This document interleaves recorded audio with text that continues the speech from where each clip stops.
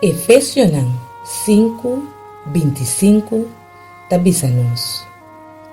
Esposo nan, estima vosso esposa. Mescos que Cristo também estima a igreja e a entregar su mes. Láganos reza.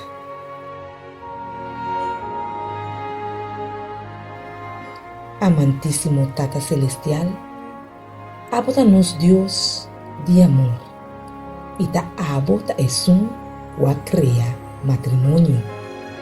Pensei-nos também ser capô awe para pedir bendição especial riba cada esposo e esposa. Nós está agradecido para a união de matrimônio. Boa palavra tabisa coloque abo a uni, nenhum rende não por separar.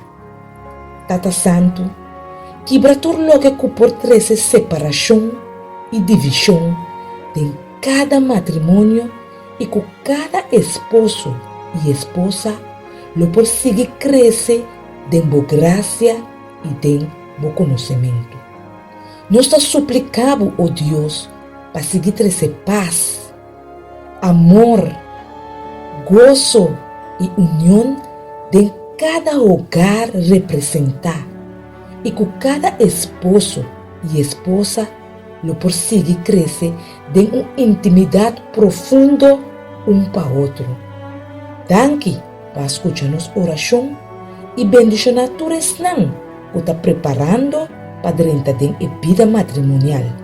E também turco recentemente está navegando em barco matrimonial. Com bom amor, porque dá cresce em nosso coração cada dia de novo. Nós está pedindo tudo isso aqui em nome de Cristo Jesus. Amém.